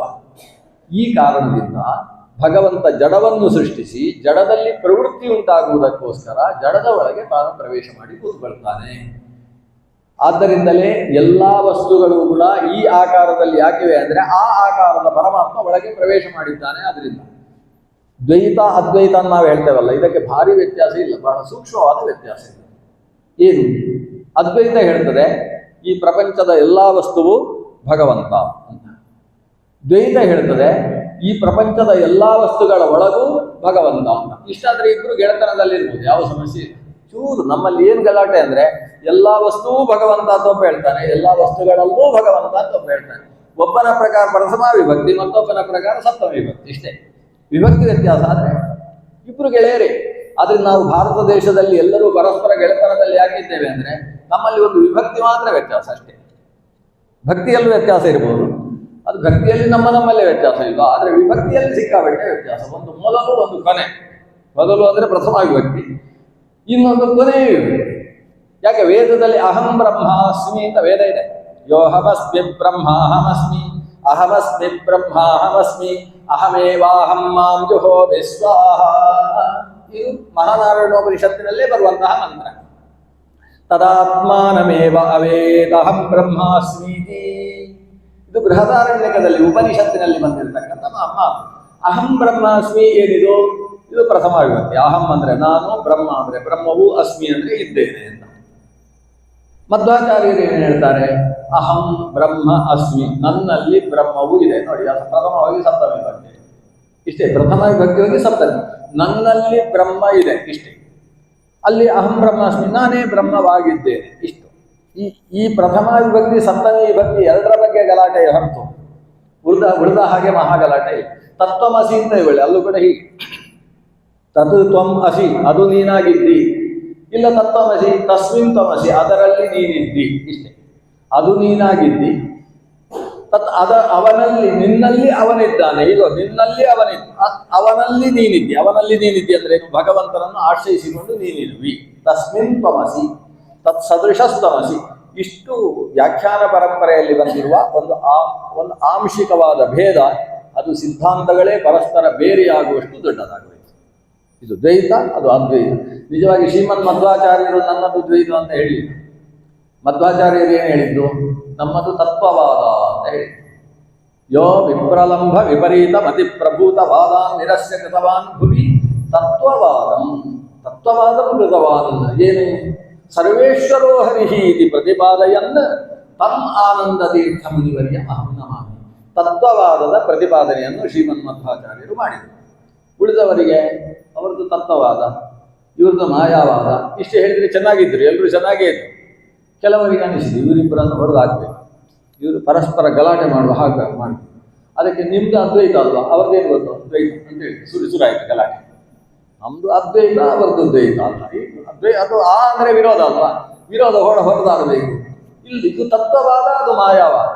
ಪ್ರಪಂಚವು ಮಾಯಾ ಕಲ್ಪಿತವಾಗಿದೆ, ಭಗವಂತ ಸತ್ಯ, ಅವನೇ ಜೀವ, ಜೀವನಿಗೂ ಪರಮಾತ್ಮನಿಗೂ ಐಕ್ಯ ಅನ್ನುವುದು ಒಂದು ಸಿದ್ಧಾಂತ, ಅದನ್ನು ಮಾಯಾವಾದ ಅಂತ ಹೇಳ್ತಾರೆ. ಪರಮಾತ್ಮ ಜೀವಾತ್ಮ ಅಜ ಗಜಾಂತರ ಅವೆರಡರಲ್ಲೂ ಕೂಡ. ಒಂದು ಪರ್ವತವಾದರೆ ಒಂದು ಪ್ರಪಾತ, ಒಂದು ಸಿಂಧು ಆದರೆ ಮತ್ತೊಂದು ಬಿಂದು, ಇಷ್ಟು ಅದರಲ್ಲಿ ವ್ಯತ್ಯಾಸ ಇದೆ. ಅದು ಪರಂಜ್ಯೋತಿ ಆದರೆ ಇದು ಜ್ಯೋತಿ. ಈ ಜ್ಯೋತಿ ಸ್ವರೂಪವಾದಂತಹ ಜೀವದಾಸ ಅವನು ಈಶದಾಸ ಭಾವ ಅನ್ನುವುದೇ ಭಕ್ತಿ ಅನ್ನುವ ಒಂದು ಚಿಂತನೆಗೆ, ಮಾನಸವಾದಂತಹ ಭಕ್ತಿ ಭಾವಕ್ಕೆ ಹೇತುವಾದದ್ದು. ಈಶದಾಸ ಭಾವದಿಂದ ಸಾಧನೆ ಮಾಡಬೇಕು. ಈ ಈಶದಾಸ ಭಾವ ಬರಬೇಕು, ನಮ್ಮ ಒಳಗಿದ್ದು ನಿಯಂತ್ರಿಸುವ ದೇವ ಅನ್ನೋ ಜ್ಞಾನ ಬೇಕು. ದೇವರೆಲ್ಲವನ್ನು ಮಾಡ್ತಾನೆ. ನಾಹಂಕರ್ತ ಹರಿಕರ್ತ. ತತ್ಪೂಜಾ ಕರ್ಮ ಚಾಖಿಲ. ನಮ್ಮ ಎಲ್ಲ ಕರ್ಮವೂ ಕೂಡ ಅವನ ಪೂಜೆ. ಈ ಭಾವ ಬರಬೇಕಾದ್ರೆ, ದೇವರ ಎತ್ತರದ ಜ್ಞಾನ ಬರಬೇಕಾದ್ರೆ, ದೇವರು ಒಳಗಿದ್ದು ಎಲ್ಲವನ್ನೂ ಮಾಡಿಸ್ತಾನೆ ಅನ್ನುವ ಪ್ರಜ್ಞೆ ಬೇಕು. ದೇವರು ಒಳಗಿದ್ದು ಎಲ್ಲವನ್ನೂ ಮಾಡಿಸ್ತಾನೆ ಅಂದರೆ ನಾನು ಅವನಿಗಿಂತ ಅತ್ಯಂತ ಭಿನ್ನ. ಹೇಗೆ ನಮ್ಮ ಹನುಮಂತ ದೇವರು ಶ್ರೀರಾಮಚಂದ್ರನ ದೂತನಾಗಿ ಸಾಗರವನ್ನು ಹಾರಿ ಹೋಗಿ ಅಲ್ಲಿ ಲಂಕೆಯನ್ನೇ ಬಸವಳಿಸಿ, ಲಂಕೆಯಲ್ಲಿದ್ದ ಪ್ರತಿಯೊಬ್ಬರೂ ಕೂಡ ಅದೆಂಥ ಕಪಿರಾಯ ಅಂತ ಅವನ ಬಗ್ಗೆಯೇ ಗುಣಗುಣಿಸಿಕೊಂಡು ರಾತ್ರಿ ನಿದ್ದೆ ಮಾಡದೇ ಇರುವ ಹಾಗೆ ಎಲ್ಲರ ನಿದ್ದೆಗೆಡಿಸಿ, ಕೊನೆಗೆ ಇಂದ್ರಜಿತುವನ್ನು ನಿಮಿತ್ತವಾಗಿಸಿ ಬ್ರಹ್ಮಾಸ್ತ್ರಕ್ಕೆ ಸಿಕ್ಕಿದ ಹಾಗೆ ನಾಟಕ ಮಾಡಿಕೊಂಡು ಅಲ್ಲಿ ನಮ್ಮ ರಾವಣನ ಹತ್ರ ಹೋಗಿ ಅವನಿಗಿಂತ ಎತ್ತರದ ಆಸನದಲ್ಲಿ ಕೂತ್ಕೊಳ್ತಾನೆ. ಕೂತುಕೊಂಡವನಿಗೆ ತಾನೇ ಮೂಗಿಗೆ ಬೆರಳಿಟ್ಟುಕೊಂಡಂತಹ ರಾವಣ ಪ್ರಶ್ನೆ ಮಾಡಬೇಕು ಅಂತ ಅನಿಸುತ್ತೆ. ಆದರೆ ನಾನು ಇವನ ಹತ್ರ ಪ್ರಶ್ನಿಸುವುದು ಸರಿಯಲ್ಲ ಅಂತ ಮೀಸೆ ತಿರುಗಿಸಿಕೊಂಡು ತನ್ನ ಮಂತ್ರಿಗಳ ಹತ್ರ ಪ್ರಶ್ನೆ ಮಾಡಿಸ್ತಾನೆ. ಆತನ ಮಂತ್ರಿ ಪ್ರಹಸ್ತ ಪ್ರಶ್ನೆ ಮಾಡಿದ, ನೀನು ಯಾರು ಅಂತ. ರಾವಣ ನಮ್ಮ ಮಹಾರಾಜರು ಕೇಳ್ತಾ ಇದ್ದಾರೆ, ಇಷ್ಟೆಲ್ಲ ನಮ್ಮ ಲಂಕೆಯನ್ನೇ ನಿದ್ದೆಗೊಳಿಸಿದಂತಹ ನೀನು ಯಾರು, ಯಾಕೆ ಬಂದಿ, ಕಪೇ ಕುತೋಸಿ ಕಸ್ಯವ, ಈ ಒಂದು ಪ್ರಶ್ನೆ ಕೇಳಿಸಿದ್ರೆ ಇವೇನು ಹೇಳ್ಬೇಕಿತ್ತು? ನಾನು ಅವನ ಮೀಸೆಯನ್ನು ಎತ್ತಬೇಕಿತ್ತು ಇವ. ಆದರೆ ಇವ ಆ ಕಡೆ ನೋಡ್ತಾನೆ, ಬೇರೆ ಕಡೆ, ಯಾವ ಕಡೆ, ಅಯೋಧ್ಯೆ ಯಾವ ಕಡೆ ಇದೆ, ಶ್ರೀರಾಮಚಂದ್ರ ಯಾವ ಕಡೆ ಇದ್ದಾನೆ ಆ ಕಡೆ ನೋಡಿ ಹೀಗೊಂದು ನಮಸ್ಕಾರ ಮಾಡಿ ಶ್ರೀರಾಮನ ಕಡೆಗೆ ಒಂದು ಕೈ ಮುಗಿದು, ನಾನು ದಾಸೋಹಂ ಕೋಸಲೇಂದ್ರಸ್ಯ ರಾಮಸ್ಯ ಕ್ಲಿಷ್ಟ ಕರ್ಮಣ, ಕೋಸಲೇಂದ್ರನಾದಂತಹ ರಾಮಚಂದ್ರನ ದಾಸ ಅಂತ ತನ್ನನ್ನು ಪರಿಚಯ ಮಾಡಿಕೊಳ್ತಾನೆ. ಆಮೇಲೆ ಎಲ್ಲ ಭಾರಿ ಗಲಾಟೆ ಆಯ್ತು. ನೀನು ಸೀತೆಯನ್ನು ಬಿಟ್ಟು ಕೊಡದೆ ಹೋದರೆ ನೀನು ಉಳಿಯೋಲ್ಲ ಅಂತ ಹೇಳ್ತಾನೆ, ಗರ್ಜನೆ ಮಾಡ್ತಾನೆ, ಅದೆಲ್ಲ ನಡೆಯಿತು, ಅದು ಬೇರೆ ಪ್ರಶ್ನೆ. ಹೇಳುವುದು ನಾನು ಶ್ರೀರಾಮಚಂದ್ರನ ದಾಸ, ಸೀತಾಮಾತೆಯನ್ನು ಮತ್ತೆ ಒಮ್ಮೆ ಕಂಡು ಬರ್ತೇನೆ ಅಂತ ಹೋದ. ಅಲ್ಲಿಗೆ ನಾನು ಹೊರಡುವುದಕ್ಕಿಂತ ಮುಂಚೆ ಮತ್ತೆ ಸೀತಾಮಾತೆಯ ಹತ್ರ ಹೋದ. ಸೀತಾಮಾತೆಗೆ ನಮಸ್ಕಾರ ಮಾಡ್ತಾನೆ. ಊರೆಲ್ಲ ಸುಟ್ಟಿದ್ದೇನೆ, ಎಲ್ಲಿಯಾದ್ರೂ ಬೆಂಕಿ ಕಿಡಿ ಹಾರಿ ನಿನ್ನ ಮರದ ಮೇಲೆ ಬಿತ್ತು ಅಂತ ಹೆದರಿಕೆಯಿಂದ ಓಡಿ ಬಂದಿದ್ದೇನೆ ಅಮ್ಮ ಅಂತ ಹೇಳ್ತಾನೆ. ಹೇಳಿ ಅಮ್ಮನಿಗೆ ನಮಸ್ಕಾರ ಮಾಡಿ ಅವರು ಕ್ಷೇಮವಾಗಿದ್ದಾರೆ ಅಂತ ಸೀತೆಯ ಕ್ಷೇಮದ ವಾರ್ತೆಯನ್ನು ರಾಮನಿಗೆ ತಿಳಿಸುವುದಕ್ಕೆ ಹೊರಡ್ತೇನೆ ಅಂತ ಹೇಳುವಾಗ ಸೀತೆ ಹೇಳ್ತಾಳೆ, ಅಲ್ಲ ಇಷ್ಟು ಕಷ್ಟದ ಲಂಕೆಯನ್ನು ದಾಟಿ ಲಂಕೆಗೆ ಎಲ್ಲೂ ಬರ್ಲಿಕ್ಕೆ ಸಾಧ್ಯವ ರಾಮಚಂದ್ರ, ತುಂಬ ಕಷ್ಟ ಆಗ್ಲಿಕ್ಕಿಲ್ವಾ ಅಂತ ಸೀತೆ ಕೇಳ್ತಾನೆ. ಕೇಳಿದಾಗ ಹೇಳ್ತಾನೆ, ನಾನೇ ಇಷ್ಟು ಮಾಡಿದ್ದೇನೆ. ನಾನು ಏನು ಗೊತ್ತೋ, ಶ್ರೀರಾಮಚಂದ್ರನಿಗೆ ಅತ್ಯಂತ ಆಪ್ತ ಗೆಳೆಯ ದಾಸನ ಹಾಗಿದ್ದಾನೆ ಸುಗ್ರೀವ. ಸುಗ್ರೀವನಲ್ಲಿ ದೊಡ್ಡ ಸೇನೆ ಇದೆ, ಆ ಸೇನೆಯಲ್ಲಿ ನನಗಿಂತ ಕಡಿಮೆಯವರು ಒಬ್ಬರು ಇಲ್ಲ ಅಂತ ಹೇಳ್ತಾನೆ. ಮತ್ತ ಪ್ರತ್ಯವರ ಕಶ್ಚಿನ್ ನಾಸ್ತಿ ಸುಗ್ರೀವ ಸನ್ನಿಧು, ಸುಗ್ರೀವನ ಸನ್ನಿಧಿಯಲ್ಲಿ ನನಗಿಂತ ಕೆಳಗಿನ ವ್ಯಕ್ತಿ ಮತ್ತೊಬ್ಬ ಇಲ್ಲ. ನಾನೇ ಇಷ್ಟು ಮಾಡಿದ್ದೇನೆ ನೋಡು, ರಾವಣನಿಗೆ ತಲೆ ಬಿಸಿ ಆಗಿದೆ, ನಾಳೆಯಿಂದ ನಿದ್ದೆ ಬರಲ್ಲ, ಅಷ್ಟು ಮಾಡಿ ಹಾಕಿದೆ. ಇನ್ನು ಸುಗ್ರೀವನ ಸನ್ನಿಧಿ ಅವರೆಲ್ಲ ರಾಮನ ದಾಸರು, ಅವರೆಲ್ಲ ಬಂದ್ರೆ ಏನ್ ಕಷ್ಟ ಅಂತ ಸೀತೆಗೆ ಅಷ್ಟು ಧೈರ್ಯ ತುಂಬಿಸಿ ಹನುಮಂತ ಹೊರಡ್ತಾನೆ. ಆದ್ರೆ ಹನುಮಂತನ ಪ್ರತಿಯೊಂದು ಮಾತು ಕೂಡ ಶ್ರೀರಾಮದೂತಂ ಶಿರಸ ನಮಾಮಿ, ನಾನು ರಾಮನ ದೂತ, ರಾಮ ಸರ್ವೋತ್ತಮ ದೇವ. ಈ ದೇವ ಈಶ ದಾಸ ಭಾವ ಅನ್ನೋದೇನಿದೆ, ನಾನು ರಾಮದಾಸ ಅನ್ನುವ ಭಾವ ಏನಿದೆ, ಇದನ್ನೇ ಶಾಸ್ತ್ರದ ತತ್ವ ಅನ್ನುವುದನ್ನು ಹೆಜ್ಜೆ ಹೆಜ್ಜೆಗೆ ಸಾರಿ ಸಪ್ತಮಿ ವಿಭಕ್ತಿಯಲ್ಲಿ ಅರ್ಥವನ್ನು ನಿರೂಪಣೆ ಮಾಡಿಕೊಂಡವರು ಶ್ರೀಮನ್ಮಧ್ವಾಚಾರ್ಯರು. ಹಾಗಾಗಿ ಬಹುಶ್ಯಾಂ ಪ್ರಜಾಯೇಯ, ನಾನು ಬಹಳವಾಗಬೇಕು ಅಂತ ದೇವರು ಚಿಂತಿಸಿದ ಅಂದರೆ ಅನೇಕ ರೂಪಗಳನ್ನು ತಾನು ಧರಿಸಬೇಕು. ಅನೇಕ ರೂಪಗಳು ಅಂದರೆ ಅದು ಮತ್ಸ್ಯಕೂರ್ಮ ವರಾಹ ನರಸಿಂಹಾದಿ ರೂಪಗಳು ಆಗಿರ್ಬೋದು, ವಾಸುದೇವ ಸಂಕರ್ಷಣಾದಿ ವ್ಯೂಹ ರೂಪಗಳು ಆಗಬಹುದು, ಕೇಶವ ನಾರಾಯಣ ಮಧುಸೂದನ ಮೊದಲಾದಂತಹ ಭಗವಂತನ ಕೇಶವಾದಿ ಚತುರ್ವಿಂಶತಿ ರೂಪಗಳು ಆಗಬಹುದು. ಅಷ್ಟೇ ಅಲ್ಲ, ಗುರುತಿಸಿದ ಪ್ರತಿಯೊಂದು ಅಣು ರೇಣು ತೃಣ ಕಾಷ್ಠ ಪರಿಪೂರ್ಣ ಗೋವಿಂದ ಅಂತುಂಟಲ್ಲ, ಏನೇನನ್ನು ಸೃಷ್ಟಿಸಿದ್ದಾನೆ ಅವೆಲ್ಲದರ ಒಳಗೆ ಪ್ರವೇಶ ಮಾಡಿದ ಅನಂತ ರೂಪಗಳು ಇರುವುದು. ನಮ್ಮ ಶರೀರದ ಒಳಗೆ ಎಷ್ಟು ನಾಡಿ ಅಂತ ಕೇಳೋಣ. ನಮ್ಮ ಚರಕ ಮಹರ್ಷಿಯಲ್ಲಿ ಕೇಳಬೇಕು, ಆಯುರ್ವೇದದ ಮೂಲ ಪುರುಷ, ಅವರ ಹತ್ರ ಒಂದು ಪ್ರಶ್ನಿಸಿ, ಶರೀರದಲ್ಲಿ ನಾಡಿ ಎಷ್ಟು ಅಂತ ಶುರು ಮಾಡ್ತಾರೆ ಅವರು ಕತ್ತರಿಸುವುದಕ್ಕೆ. ಶರೀರ ಕತ್ತರಿಸಿ ಲೆಕ್ಕ ಹಾಕಿ ಅವ್ರು ಲೆಕ್ಕ ಮಾಡಿ ಹೇಳಿದರು, ಚರಕ ಸಂಹಿತ ಅಂತಿದೆ, ಅವರು ಸಾರ್ಥ ತ್ರಿಕೋಟ್ಯಸ್ತು ನಾಟ್ಯ ಅಂತ ಹೇಳಿ. ಮನುಷ್ಯನ ಶರೀರದಲ್ಲಿ ಎಷ್ಟು ನಾಡಿ ಅಂದರೆ ಸಾರ್ಧ ತ್ರಿಕೋಟಿ, ಅಂದರೆ 3.5 ಕೋಟಿ ನಾಡಿ ಇದೆ. ಆ 3.5 ಕೋಟಿ ನಾಡಿಯಲ್ಲಿ ಕೆಲವು ನಾಡಿಗಳು ಪ್ರಜ್ಞಾತಂತುಗಳು, ಅಂದರೆ ಸೆನ್ಸ್, ಜ್ಞಾನವನ್ನು ಅಲ್ಲಿಂದ ಅಲ್ಲಿಗೆ ತಲುಪಿಸು. ಕಾಲಿಗೆ ಏನೋ ಇರುವೆ ಚುಚ್ಚಿದ್ರೆ ಅದು ಹೋಗಿ ಗೊತ್ತಾಗುತ್ತಲ್ಲ, ಇಲ್ಲೇ ಚುಚ್ಚಿದ್ದು ಅಂತ ಪಟ್ಟಂತೂ ಹೊಡಿತೇವೆ. ಯಾಕೆ ಅಂತ ಹೇಳಿದ್ರೆ ಆ ತಂತುವಿನ ಮೂಲಕ ಅದು ಸಾಗುತ್ತೆ. ಅಂಥದ್ದು ಪ್ರಜ್ಞಾನಾಡಿಗಳು ಕೆಲವು. ಕಫ ವಾತ ಪಿತ್ತ ಶ್ಲೇಷ್ಮ ಇವುಗಳನ್ನು ಶರೀರದಲ್ಲಿ ಆ ಕಡೆ ಈ ಕಡೆ ಓಡಾಡಿಸುವುದಕ್ಕೆ ಇರತಕ್ಕಂತಹ ತಂತುಗಳು ಮತ್ತೆ ಕೆಲವುಗಳು. ಶುದ್ಧವಾದ ರಕ್ತ ಒಳಗೆ ಹೋಗಿ ಮತ್ತೆ ಅಶುದ್ಧವಾದ ಮೇಲೆ ಅದನ್ನು ದೂರೀಕರಿಸುವುದಕ್ಕೆ ಇರತಕ್ಕಂತಹ ನಾಡಿಗಳು. ತಿಂದ ಆಹಾರದಲ್ಲಿ ಪಚನವಾದ ಮೇಲೆ ಉಳಿದದ್ದನ್ನು ಹೊರಹಾಕುವುದಕ್ಕೆ ಬೇಕಾದ ನಾಡಿಗಳು. ಒಂದೊಂದು ರೋಮಕೂಪಗಳಲ್ಲೂ ಬೆವರು ಭರಿಸುವುದಕ್ಕೆ ಬೇಕಾದಂತಹ ನಾಡಿಗಳು. ಹೀಗೆಲ್ಲ ಲೆಕ್ಕ ಹಾಕಿ ನೀವು ನೋಡಿದರೆ 3.5 ಕೋಟಿ ನಾಡಿ ಇದೆ ಅಂತ ಅವ್ರು ಲೆಕ್ಕ ಹಾಕಿ ಹೇಳಿದರು. ಆಮೇಲೆ ಮುಂದಕ್ಕೆ ಯೋಗಶಾಸ್ತ್ರ ಬಂತು.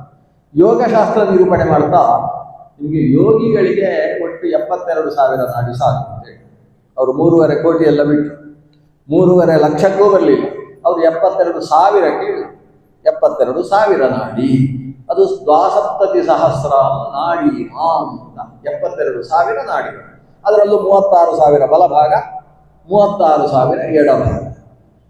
ಇದು ಸುರಾದದ್ದು ಸುಷುಮ್ನ ಮೂಲಾಧಾರಂ ಸಮಾರಭ್ಯ ತ್ವಾಮೂರ್ಧಾನಂ ರುಜಿಸ್ತುತ. ಸುಷುಮ್ನಾದಿಂದ ಆರಂಭ ಆದದ್ದು, ಮೂಲ ತುಂಡ ಭಾಗದಿಂದ ಶುರುವಾಗಿದೆ ಅಂತ.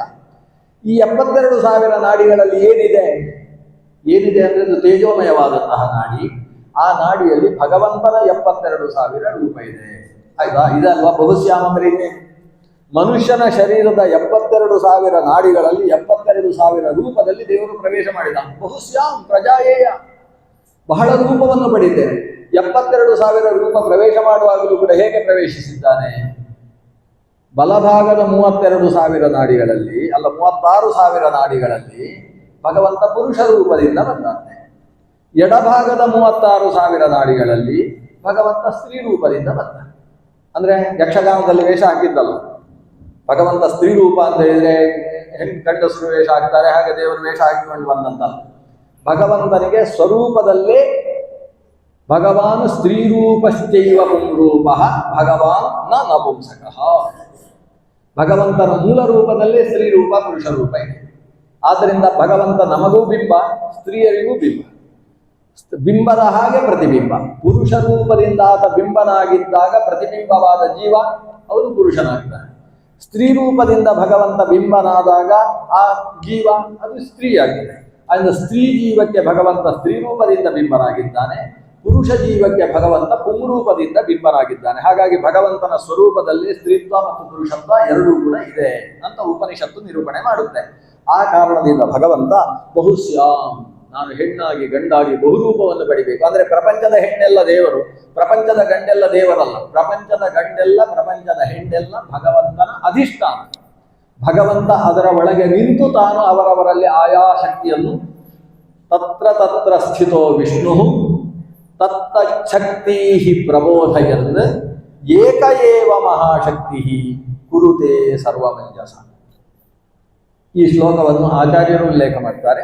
ಸ್ವತಃ ನಾರಾಯಣ ಪಂಡಿತಾಚಾರ್ಯರು ಕೂಡ ಯೋಗ ದೀಪಿಕೆಯ ಆರಂಭದಲ್ಲಿ ಈ ಶ್ಲೋಕವನ್ನು ಉಲ್ಲೇಖ ಮಾಡ್ತಾರೆ.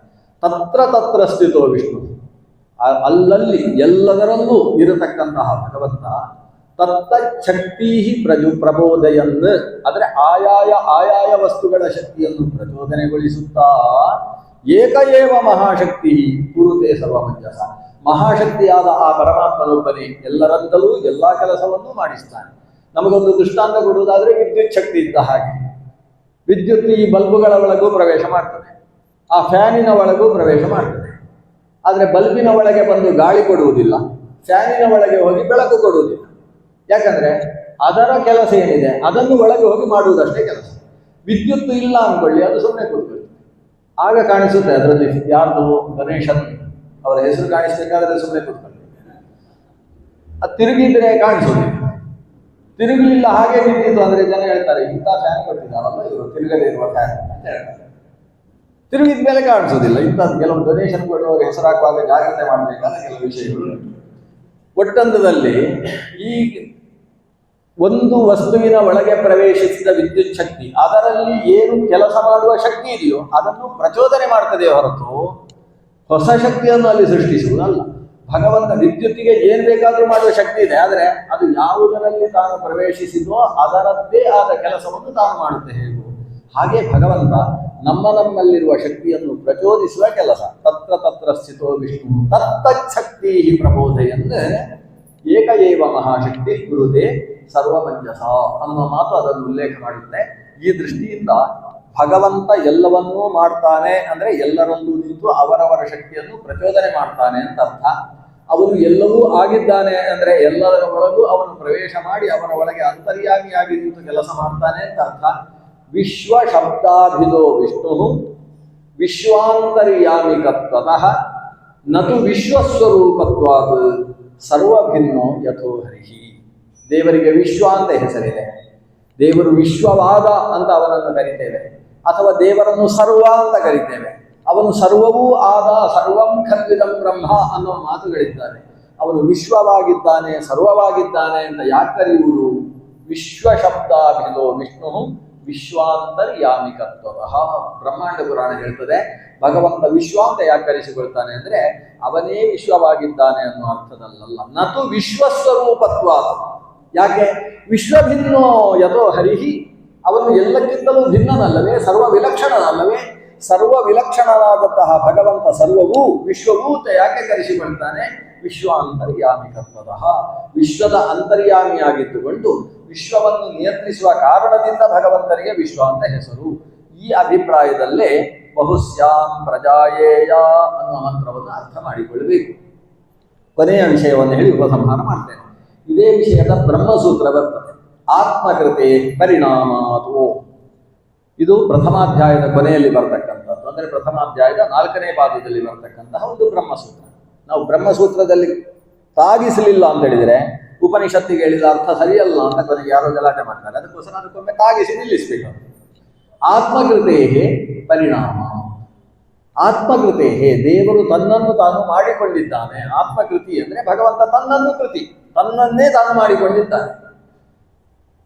ಹೇಗೆ ಮಾಡಿಕೊಂಡಿದ್ದಾನೆ? ಅವನೇ ಪರಿಣಾಮ ಆಗಿದ್ದಾನ? ಅಲ್ಲ, ಪರಿಣಾಮ ಪ್ರಕೃತಿ ಪರಿಣಾಮ ಆಗಿದೆ. ಪ್ರಕೃತಿಯ ಪರಿಣಾಮದಲ್ಲಿ ತಾನು ತನ್ನನ್ನು ಅನೇಕ ರೂಪ ಮಾಡಿಕೊಂಡು ಪ್ರವೇಶ ಮಾಡಿದ್ದಾನೆ. ಅದಕ್ಕೆಲ್ಲ ಶ್ರುತಿಗಳು ಮತ್ತೆ ಇದ್ದಾರೆ. ತಾನು ಪ್ರಕೃತಿಯನ್ನು ಪರಿಣಾಮಗೊಳಿಸಿದ. ದೇವರ ಕೆಲಸ ಏನು? ಮಡಿಕೆ ಮಾಡುವವನ ಕೆಲಸ ಅವನದ್ದು, ಹೊರತು ಮಣ್ಣಿನ ಕೆಲಸ ದೇವರದ್ದಲ್ಲ. ಮಣ್ಣು ಮಡಿಕೆಯಾಗುತ್ತೆ, ಆದರೆ ಮಣ್ಣೇ ತಾನಾಗಿ ಮಡಿಕೆಯಾಗುವುದಿಲ್ಲ. ಮಣ್ಣು ಮಡಿಕೆಯಾಗಬೇಕಾದರೆ ಮಣ್ಣನ್ನು ಮಡಿಕೆಯಾಗಿ ಪರಿಣಾಮ ಮಾಡಿಸುವುದಕ್ಕೆ ಒಬ್ಬ ಸ್ವತಂತ್ರ ಕರ್ತಾರ ಬೇಕಲ್ಲ. ಹಾಗೆ ಮಣ್ಣಿನ ಸ್ಥಾನದಲ್ಲಿ ಪ್ರಕೃತಿ ಇದೆ. ನಾವು ಪ್ರಕೃತಿಯನ್ನು ಮಹಾಲಕ್ಷ್ಮಿ ಅಂತ ಕರಿತೇವೆ. ಮಹಾಲಕ್ಷ್ಮಿಯಿಂದ ಅಭಿಮನ್ಯಮಾನವಾದ ಜಡ ಪ್ರಕೃತಿ ಇದೆ. ಆ ಜಡ ಪ್ರಕೃತಿಯನ್ನು ಈ ಪ್ರಪಂಚವಾಗಿಸುವುದಕ್ಕೆ ಭಗವಂತ ಕುಂಬಾರನ ಸ್ಥಾನದಲ್ಲಿದ್ದಾನೆ, ಕುಂಭಕಾರನ ಸ್ಥಾನದಲ್ಲಿದ್ದಾನೆ. ಆತ ಸ್ವತಂತ್ರ ಕರ್ತಾರನಾಗಿದ್ದುಕೊಂಡು ಆ ಪ್ರಕೃತಿಯಲ್ಲಿ ತಾನು ಪ್ರವೇಶ ಮಾಡಿ ಪ್ರಕೃತಿಯನ್ನು ಒಂದು ರೀತಿಯ ಶೋಭೆಗೆ ಒಳಪಡಿಸಿ ಆ ಪ್ರಕೃತಿಯ ಮೂಲಕ ಪ್ರಪಂಚ ತತ್ವವನ್ನು ಸೃಷ್ಟಿ ಮಾಡಿದ್ದಾನೆ. ಲೋಕೋಯಂ ಭೇದ ಪಂಚಕ. ಪ್ರಪಂಚ ಅಂದರೆ 5 ರೀತಿಯಾದ ಭೇದ ವಿಭಿನ್ನವಾಗಿರತಕ್ಕಂತಹ ಪ್ರಪಂಚದ ಸೃಷ್ಟಿಯನ್ನು ತಾನು ಮಾಡ್ತಾನೆ. ಹೀಗೆ ಭಗವಂತನೇ ಪರಿಣಾಮವಾದದ್ದಲ್ಲ, ಪರಿಣತವಾದ ವಸ್ತುವಿನಲ್ಲಿ ಅನೇಕ ರೂಪಗಳಿಂದ ಭಗವಂತ ಪ್ರವೇಶಿಸಿದ್ದಾನೆ ಅನ್ನುವುದು ಬಹುಶ್ಯಾಂ ಪ್ರಜಾಯೇಯ ಅನ್ನುವ ಉಪನಿಷತ್ ಮಂತ್ರದ ಅರ್ಥ ಅನ್ನುವಲ್ಲಿಗೆ ನನ್ನ ಉಪನ್ಯಾಸ ಮುಗೀತದೆ. ಕೊನೆಗೊಂದು 2 ನಿಮಿಷದ ಉಪಸಂಹಾರ. ನೀವು ಕೇಳಿದ್ದಕ್ಕೋಸ್ಕರ ಮೊದಲ ಧನ್ಯವಾದಗಳು. ಯಾಕಂದರೆ ಉಪನ್ಯಾಸ ಅಂದರೆ ಕಥೆ ಹೇಳಿದರೆ ಕೇಳುವುದಕ್ಕೆ ಬೇಕಾದಷ್ಟು ಜನ ಇರ್ತಾರೆ. ನಾನು ಅಂದ್ಕೊಂಡಿದ್ದೆ ನನ್ನ ಉಪನ್ಯಾಸ ಶುರುವಾಗಿ 10 ನಿಮಿಷ ಆದ್ಮೇಲೆ ನೋಡ್ಬೇಕು ಎಷ್ಟು ಜನ ಇರ್ತಾರೆ ಅಂತ. ಈ ಕಥೆ ಅಲ್ಲ, ಇದು ಉಪನಿಷತ್ತಿನ ಒಂದು ಮಾತು. ಆ ಮಾತಿನ ಬಗ್ಗೆ ಏನೇನು ಅಭಿಪ್ರಾಯಗಳು ಬಂದಿದ್ದಾವೆ, ಪ್ರಧಾನವಾಗಿ 2 ಅಭಿಪ್ರಾಯ. ಇನ್ನು ಉಳಿದ ಅಭಿಪ್ರಾಯ ನಾನು ಮುಟ್ಲಿಕ್ಕೆ ಹೋಗ್ಲಿಲ್ಲ. ವಸ್ತುತಃ 22 ಭಾಷೆಗಳಿದ್ದಾವೆ. ಅಲ್ಲ, ಈ ಪ್ರಮುಖವಾಗಿ 2 ಅಭಿಪ್ರಾಯ. ಏನು ಅಭಿಪ್ರಾಯ ಇದ್ರು 2ಕ್ಕೆ ಸಂಬಂಧಪಟ್ಟ ಅಭಿಪ್ರಾಯವೇ ಉಳಿದದ್ದು. ಆ ದೃಷ್ಟಿಯಿಂದ ಆ ಉಪನಿಷತ್ತಿನ ಅಭಿಪ್ರಾಯಗಳಲ್ಲಿ ಯಾವ ಅಭಿಪ್ರಾಯ ಹೆಚ್ಚು ದೃಢವಾಗುತ್ತೆ ಅನ್ನುವುದನ್ನು ವಾದಿರಾಜ ತೀರ್ಥರು ಮತ್ತು ವ್ಯಾಸರಾಜರು, ವಾದಿರಾಜ ತೀರ್ಥರು ತಮ್ಮ ಯುಕ್ತಿ ಮಲ್ಲಿಕೆಯಲ್ಲಿ, ವ್ಯಾಸರಾಜರು ತಮ್ಮ ಚಂದ್ರಿಕೆಯಲ್ಲಿ ಮತ್ತು ನ್ಯಾಯಾಮೃತದಲ್ಲಿ ಇದರ ಬಗ್ಗೆ ಅಲ್ಪ ಸ್ವಲ್ಪ ವಿಚಾರ. ವ್ಯಾಸರಾಜರು ಈ ಉಪನಿಷತ್ತಿನ ಬಗ್ಗೆ ಹೆಚ್ಚು ವಿಮರ್ಶೆ ಮಾಡಿದ್ದನ್ನು ನಾವು ಕಾಣುವುದಿಲ್ಲ, ಆದರೆ ಅಲ್ಪ ಸ್ವಲ್ಪ ವಿಚಾರಗಳನ್ನು ಹೇಳಿದ್ದಾರೆ.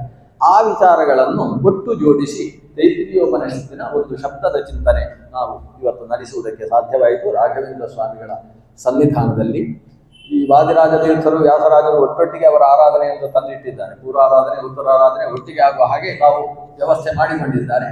ಇದರಿಂದ ಬಹಳ ಬೇಗ ಹೆಚ್ಚು ಜನರು ಇಬ್ಬರ ಬಗ್ಗೆ ಭಕ್ತಿಯನ್ನು ಪಡೆದು ಒಟ್ಟಿಗೆ ಸೇರಿ ಒಂದಷ್ಟು ಜ್ಞಾನವನ್ನು ಸಂಪಾದಿಸಿಕೊಳ್ಳಿ ಅನ್ನುವುದು ಅವರ ಉದ್ದೇಶವಾಗಿರಬಹುದು. ಆ ದೃಷ್ಟಿಯಿಂದ ಇವರನ್ನೆಲ್ಲ ಪ್ರೇರಣೆ ಮಾಡಿ ಇಂಥ ಕಾರ್ಯವನ್ನು ಯೋಜನೆ ಮಾಡ್ತಾ ಇದ್ದಾರೆ.